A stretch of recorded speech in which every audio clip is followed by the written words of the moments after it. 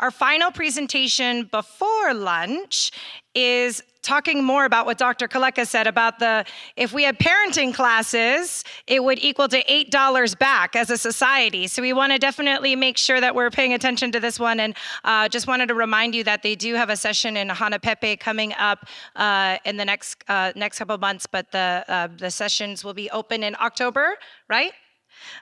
We have our final presentation before lunch is an introduction to the hope of healthy outcomes from positive experiences workshop. This session will be co-presented by two speakers from Family Hui Hawaiʻi. Heidi Allencaster is parent advocate and the Maui County coordinator for Family Hui Hawaiʻi, where she supports families in building resilience. Her work is grounded in the belief that when families thrive, communities flourish. She's joined by Johanna Nielsen, who has worked with Family Hui Hawaiʻi for nearly 10 years, excelling in the curriculum and workshop production to strengthen families. Please note that the materials for the Bowl of Light activity in this session are limited to the first 24 attendees. And again, welcome Heidi and Johanna. Welcome. And again, if you guys would like to come closer, that would be great.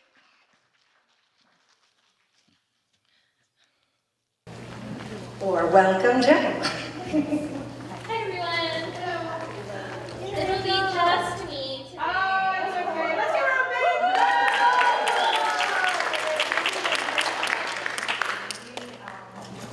I'll be your assistant. Oh, sure. Thanks. So, I'm sorry, our Heidi's flight got delayed and deplaned, and she was not able to get on a flight early enough to make it in. So I'm going to try my best without her. I'm just going to open my laptop really quickly. And if you need to go to the restroom or get more snacks, please feel free to.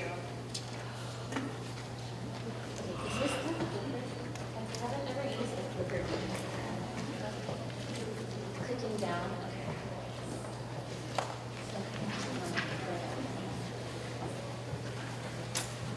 Where do I do that?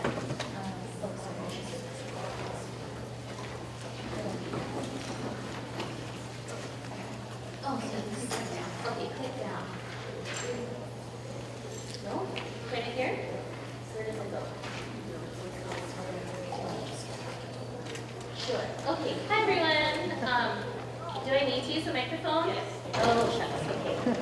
How's about I try and turn it this way a little? Okay. Is that better? Yes. Okay, great. Thanks, everyone. Thanks for joining our session today. I know that I am the one thing standing in between lunch, but I hope you find today's information interesting. It's kind of going to build off of what Erica just shared about the benevolent childhood experiences. But before we get started, my name is Johanna Nielsen.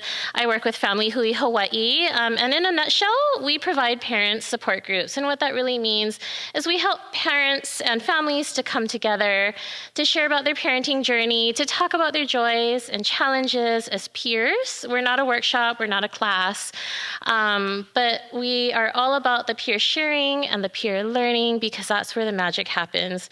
Parents find out they're not alone in this journey called parenting. They're able to build trust with one another, find supports within their communities, and really they're able to grow up with one another, both as parents and as children.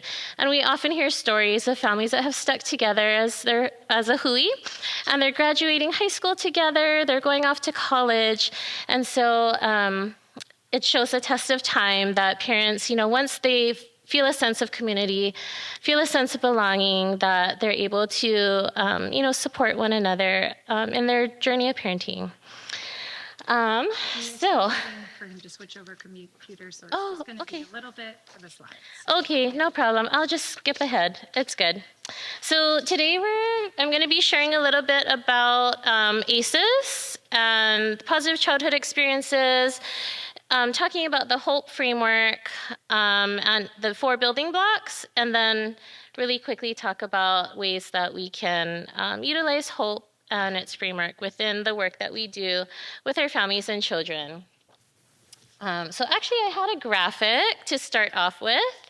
I think we might have to skip that because you need the graphic in order to be able to have a quick discussion. So we'll be flexible and we'll skip that part. Oh, well. By any chance, can you get the slide up? Yes, I'm trying to. We're waiting for him to switch over the computer. Okay, the whole first part needs graphic. Okay. Okay, all right.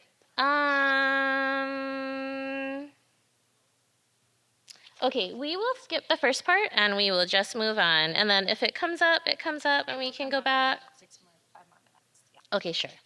All right, so I'm going to start talking about HOPE then. And so HOPE stands for Healthy Outcomes from Positive Childhood Experiences. And it's a movement that began actually not that long ago, just within the past 10 years. And it really focuses on the positive experiences, like what Erica was talking about, the positive experiences that children have in their early years, but also to talk about the positive experiences that we as adults remember when we were growing up and how it impacted us. So positive experiences promote children's health and well-being. They allow children to form strong relationships and connections. It helps to develop a positive self-image and self-worth within ourselves, develop a sense of belonging, and build skills to promote resilience. And so, you know, a lot of, even I was trained in this way, a lot of our training focuses on the negative of what families don't have or what's going wrong or the deficits that they might have. And so HOPE is the opposite end of the spectrum. It's what we have always hoped for. The ACEs on one side, you know, being the doom and gloom of life, and HOPE on the other side to be that bright and shining star, to know that there is hope out there, that I'm not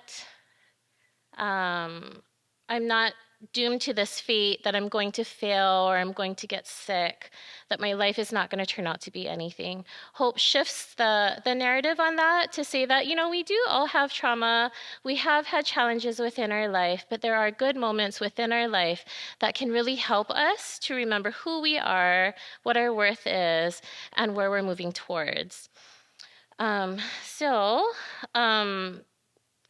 We would like to share that information with you, that we really can look at families, look at the, oh, thank you. Oh, I didn't bring anything, sorry. She's passing me my texting card. So we brought some resources. I didn't bring it into the auditorium, but it's actually outside on the table. We have a texting service, which I didn't share about, but I can later.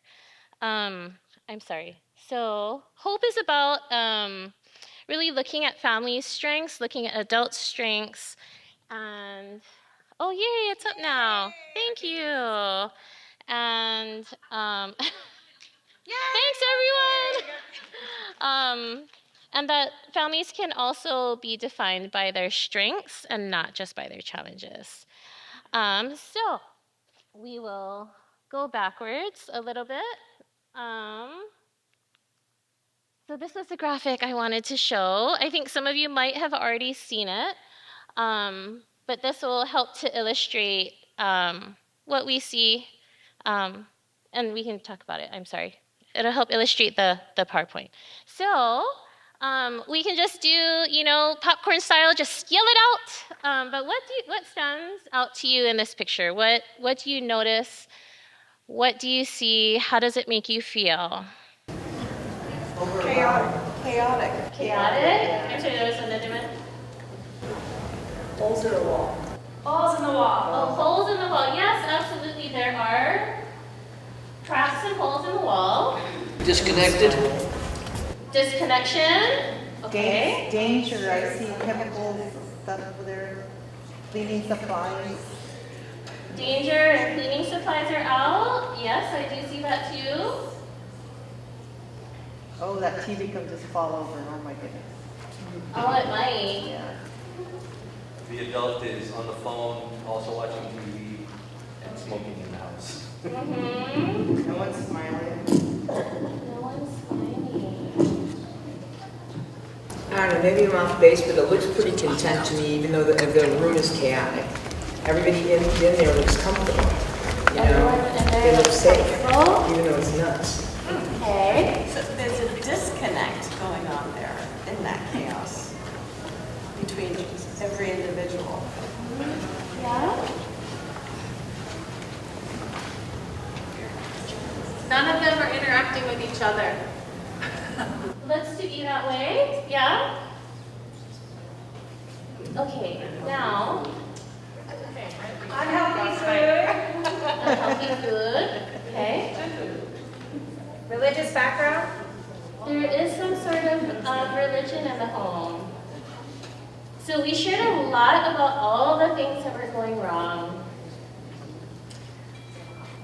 Take another second and try and find something that is going right for this family.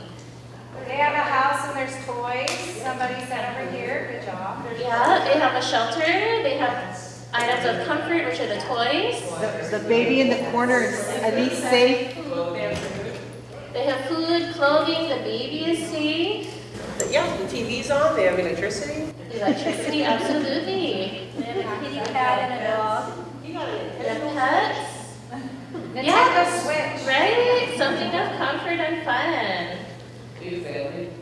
Oh, Big family, yeah. oh, I didn't even see there's another little baby on the mat or a little toddler. I didn't see that one.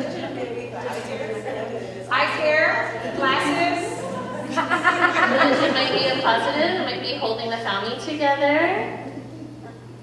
I'm sorry, I think there was one more. Oh, nobody's crying. None of the babies are crying, so everybody's peaceful. Everyone's peaceful. Yeah.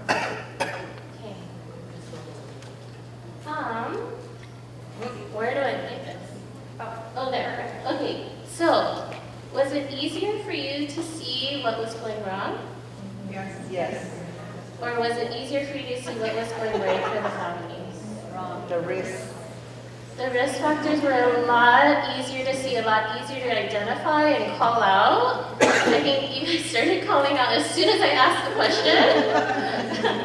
And so, and I think a lot of that is just, we've been trained in this way to see families and to always recognize that what's going wrong, what do we need to fix, where are the deficits, what makes this family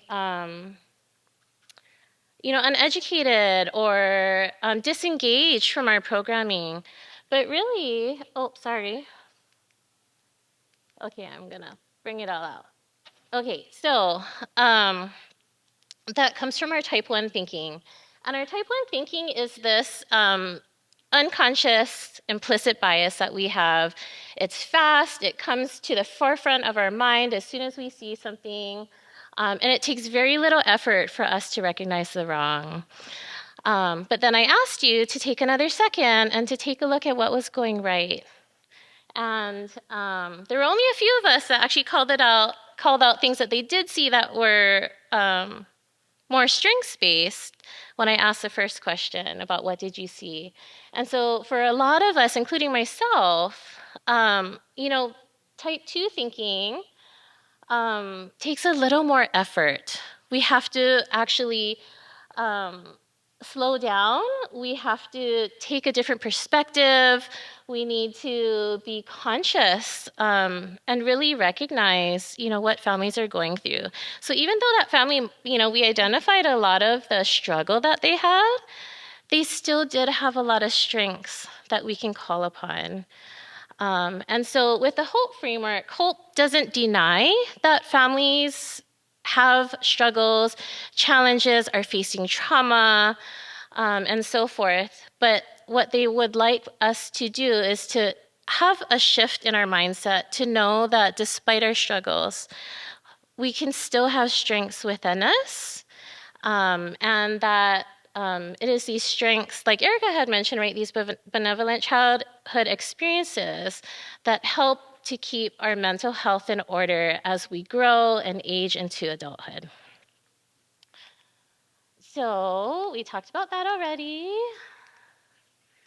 And so, okay, we'll continue here. Okay.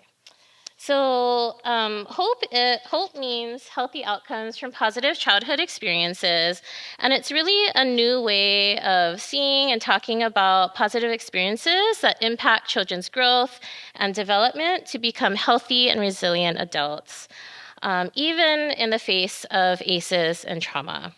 And hope is actually an evidence-based framework. It is fairly new, like I mentioned. It began in 2015, but it's not a curriculum. It's not a prescriptive program. It's really a framework. It's meant to be flexible. It's a free program or framework that can be layered into the work that you are already doing. It's not meant to be an added stressor, but it's more of a shift in our mindset when we are working with families. It's strengths-based, child-centered, and a family-led way of seeing and seeing families, building relationships with them, and understanding and providing care for the families that we work with. And so hope actually, when they began in 2015, I think most of you might have heard about the BRFIS, which is a behavioral risk factor surveillance system. And so they actually included some of these questions. And so these questions are not really meant to be an assessment, but more of a way to talk to families about their experiences that they've had, to find out, what really impacted them as children and where their mental health is as adults. And so through the BRFIS, they were able to really look at the risk factors, and they were also able to understand how positive experiences related to adult mental health. Yeah. So through research, it was shown that positive childhood experiences really do protect and impact adult mental health. For people who reported up to 2 positive childhood experiences, about half of the respondents on the survey reported themselves as having good mental health. And the more positive childhood experiences that people could recall, the better their mental health was as an adult.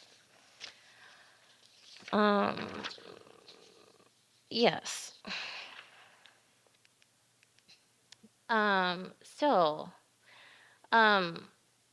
ACEs are on the opposite end. And how many of you already know about ACEs? I'm assuming most of us have a pretty good sense of what ACEs are.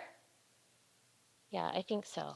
Okay, so I won't go too much into depth about ACEs, but the ACEs study came out in the 90s, was developed by the CDC and Kaiser Permanente to really look at, what are the types of trauma we've experienced as children, and then how it affected us and our health. And so out of that study, there's 3 main categories of ACEs, which are abuse, neglect, and household challenges. And then there's also another category called other adversity. And so all of those adverse childhood experiences has shown that there's lasting impacts on our health as we age. And so that could be, depression and anxiety, to substance use, to incarceration, and all of that. And so the ACEs really showed us, or drove into us, that if we have all of these challenges as we grow, we are doomed to a life of chronic health issues. But what Hope has really found out is that the ACEs are actually not any one person's fault. So take a look at this graphic. At the top of the tree, you'll see all of the ACEs: abuse, depression, neglect, divorce, mental illness, homelessness, domestic violence. But what you see under that tree is these far-reaching and deep roots. And the ACEs really stem from what we call adverse community environments. And it is these wider and bigger systemic issues that affect families and what breeds the ACEs.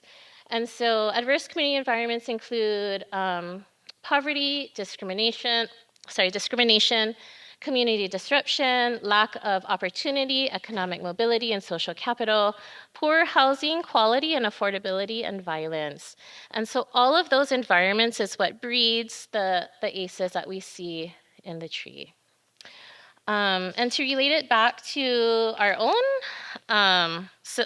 community here in Hawaii, we've been through two really big adverse community impacts. The first being COVID, right? We were all affected by that.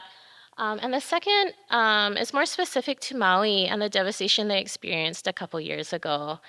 And from that, many of our Maui families were impacted directly, and a lot of us were also impacted indirectly. And because of the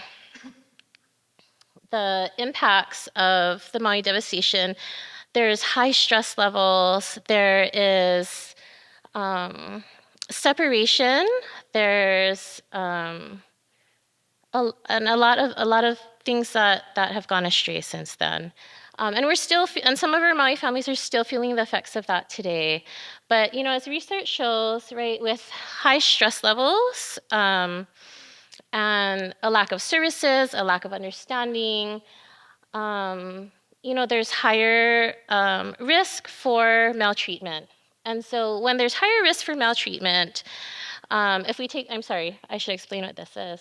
These are the 4 building blocks of hope, which I'll share about next. But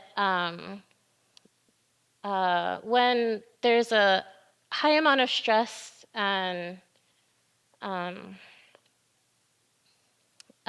disruption, it can be damaging to the relationships that we have between parents and children, between parents and other caregivers. And when there's a disruption in relationships at home, then our home doesn't feel safe anymore. And then when our home doesn't feel safe,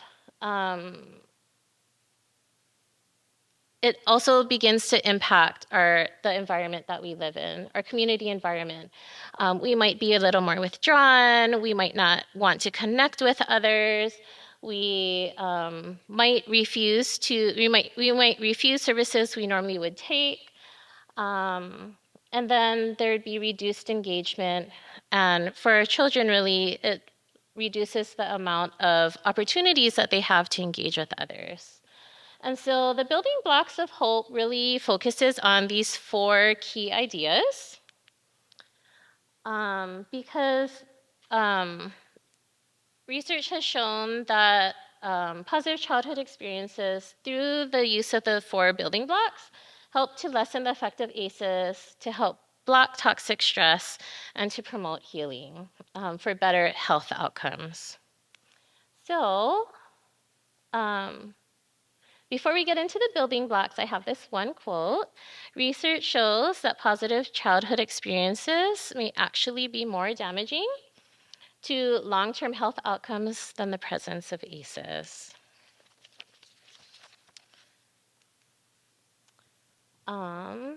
Yeah. So what do you think that means? What does that mean to you?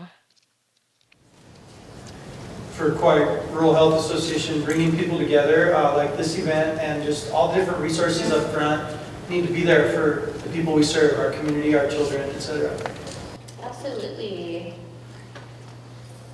And it's wonderful that we're all here together so that we can network and learn from one another and build our services on each other. And that we can all help to build positive childhood experiences. And it's actually never too late to build positive experiences. for yourself and for your family. So the 4 building blocks of hope. So once again, it's a movement, and that it's a movement to shift the narrative away from ACEs, but to more importantly, share about the key positive childhood experiences that can help children to grow into healthy and resilient adults. So there are categories into these 4 categories: relationships, environment, engagement, and emotional growth. And all of these together combined help children to build strong relationships and meaningful connections with one another, to develop a positive self-image and self-worth, develop a sense of belonging, and the skills and ability to cope when things are challenging. So we'll take a look at the 4 building blocks. And the first one is all about relationships. And so relationships in this sense are really the safe and supportive relationships that children have. Like Erica mentioned, right, having that one adult in your life can make all the difference. That one positive, supportive, guiding adult is what we need at the absolute least. And that relationship can be within your household, but more importantly, what Hope looks at is the relationships that are outside of your household. So relationships can include other adults like teachers, auntie or uncle. It can be friends at school. It could be a neighbor. It could be a coach, a mentor. It could be your youth pastor. Anyone that can play a role in a child's life. So actually there's 3 types of relationships. The first one is a foundational relationship. And so that's a relationship between a parent and a child, who are able to respond to a child's needs and be warm and responsive. The second type of relationship is those that are outside the family, who take an interest in your child. And the third type of relationship is those with friends. So why are relationships important? Research shows that people who are able to recall and remember having these types of supportive, warm, responsive relationships have actually lower rates of depression as an adult, and they report less poor mental health outcomes. Thinking about that, knowing that the mental health of a child is very much tied to the mental health of an adult or their parent, I want you to think about, what are some ways that you can help to strengthen relationships in your own programming. The second building block is focused on environments, because all children need safe spaces that are protective, equitable, and stable for them to live in, to work in, and to play in, both at home, outside of home, and in school. And so this building block also really focuses on the importance of meeting basic needs like food, shelter, clothing, and emotional safety. And children who live in safe, stable, and equitable environments are also less likely to report poor mental health when they become adults. And so what does a safe and stable environment look like? Children feel secure, their basic needs are met, they have adequate food, they have a safe shelter, and they also have access to healthcare. Children in a nurturing home feel emotionally secure. At school, they feel valued and they're receiving a good quality education. And in a community environment, they can play and interact with other children safely as well as equitably. And so thinking back to the ACEs tree that we were looking at, about the adverse community environments and how that they're systemic and outside the control of any one family, I want you to think about, what are ways that you can help to work the soil beneath that tree, so that we can encourage more positive childhood experiences to flourish,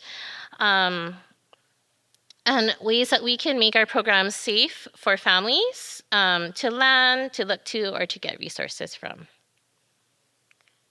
The third building block focuses on engagement. Children need to feel connected to their communities. They need to feel loved. They need to feel appreciated, and they need to feel seen. Having social opportunities and environments and awareness of their cultural traditions and customs can make a difference and help them to feel that they belong to something bigger than themselves, to feel that they're part of the community that they live in. And just like the other two building blocks, it all comes together to help build resilient adults. So some examples of social and civic engagement includes, having families, having your children be involved in projects, or peer mentoring or community service projects. It could be through school, it could be through church, it could be through a club, it could be through sports, or even on your own as a family. Another way is to, help your children to celebrate who they are through your own cultural traditions, through language, or other activities. And then there's also being a part of the wider community if your child has an interest in, say, a certain type of art or movement or sports, and so on. Yeah.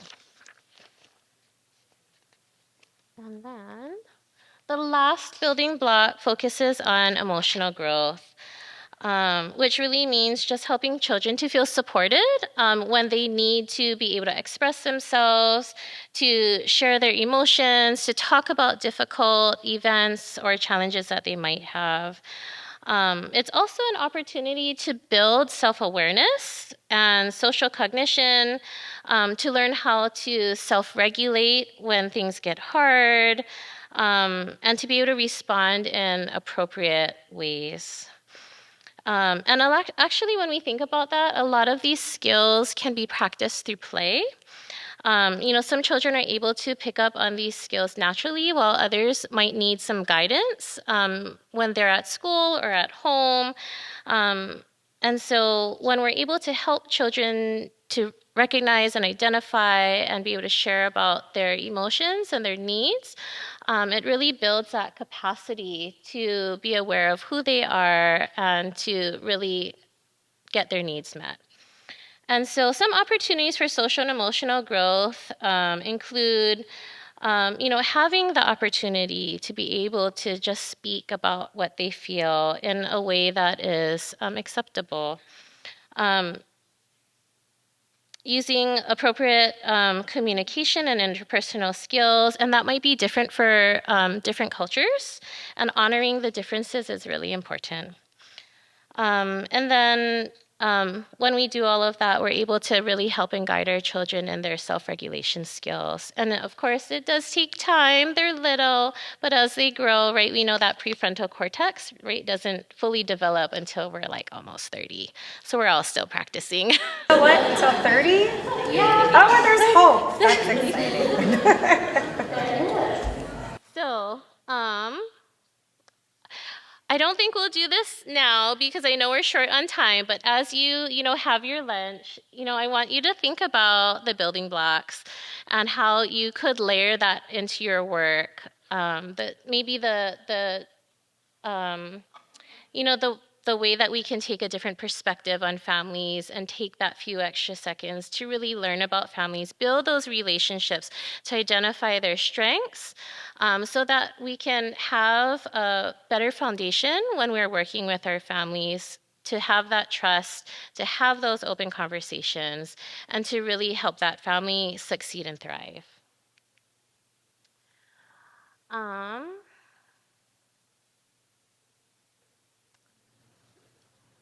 And I think that's almost the same thing I just said. So I'm going to skip over that really quickly.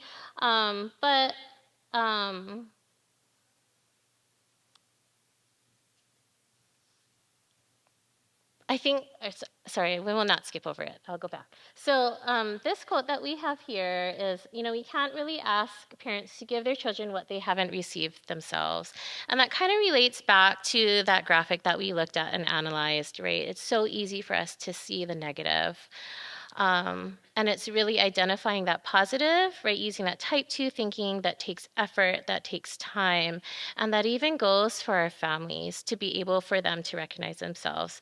So we've given this whole presentation many times to both professionals and to families.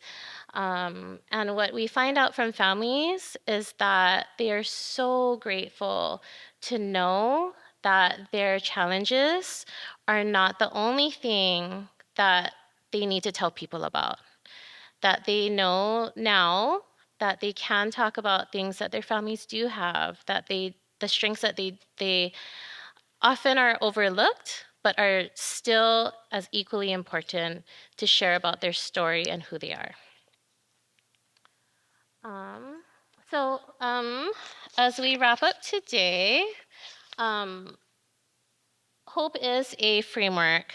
It is meant to be easy for you to utilize in the work that you already do. It's not an extra step, but it is strengths-based, child-centered, and family-led care through the use of the 4 building blocks. And the graphic's a little bit funny, but families are resilient and hope celebrates their strengths. And so we are going to really quickly talk about the bowl of light. So Heidi would normally do this for us, so I'm going to try my best. But I have it here. Just a second. Okay.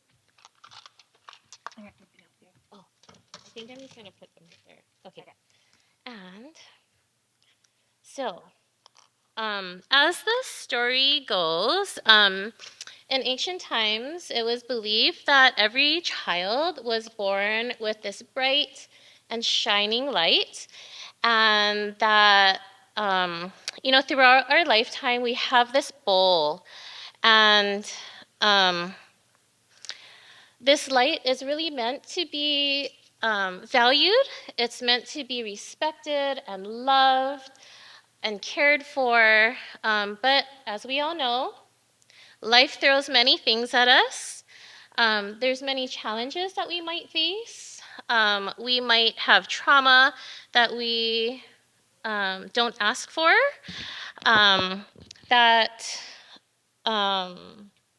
we may feel resentment, we might feel anger, embarrassment, basically all the things that don't feel really good about us. And so as we grow, as we age, we take on all of this weight.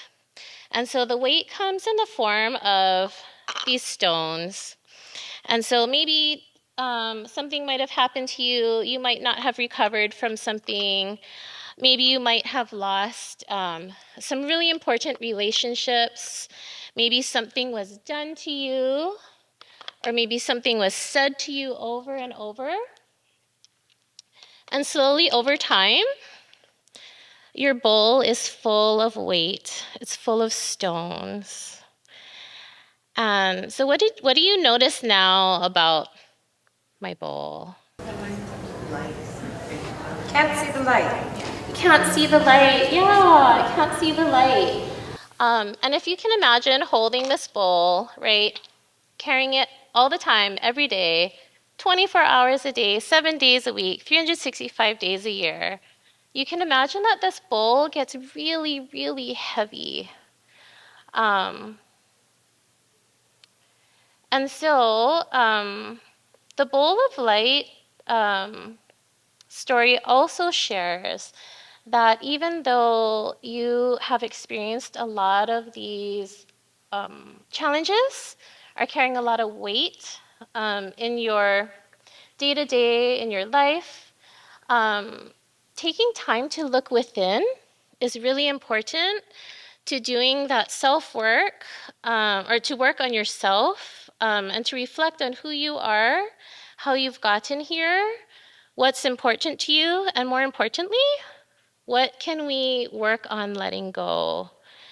And letting go can be kind of hard, but if we do that work and reflection, we can try to let go some of the stones, some of the weight that is in our bowl, And over time, we can replace these words with, or not words, these feelings with strengths. How did I overcome something? How did I repair a relationship? What changes have I made in my life? What kind of community support do I have now? How did I reach out for help? And over time, the more that we are able to take the time to find the strength within us, we find that we let go some of the weight that we carry, and that our light can still shine through, and that our light within us is just as important as it is today than it ever was. So I'll end with that. Thank you everyone for joining me today. If you have any questions about HOPE, we do workshops for providers, we do workshops for families. It's a little bit different.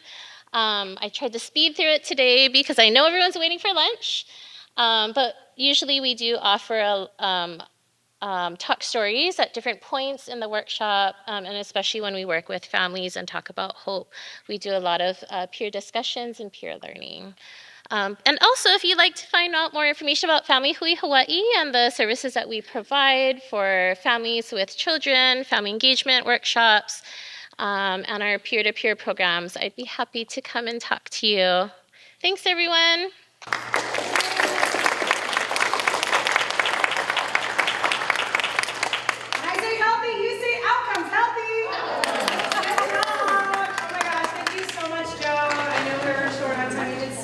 Mahalo, and again, their journey workshop is when? Oh, yeah, that's their right. Journey workshop is Yes. in Pepe. Yes, we have our journey workshops coming up. It's a different workshop than the neighborhood Hui program that I shared at the beginning. So our neighborhood Hui really focuses on our parent support groups, whereas our journey workshops focus on building parents' confidence as their child's first teacher. So it's a series of 4 workshops, once a week. We're going to be starting it at Hanapepe Public Library. Around the middle of October, we have not begun advertising for it yet, but we will soon. We do all of our program announcements on social media, so if you're interested, please either sign my sign-in sheet on the table outside, come talk to me, or you can follow us on social media. Oh, and you know what? Where's that postcard? And you can Yes, text. and you can subscribe to our texting card, which is outside there.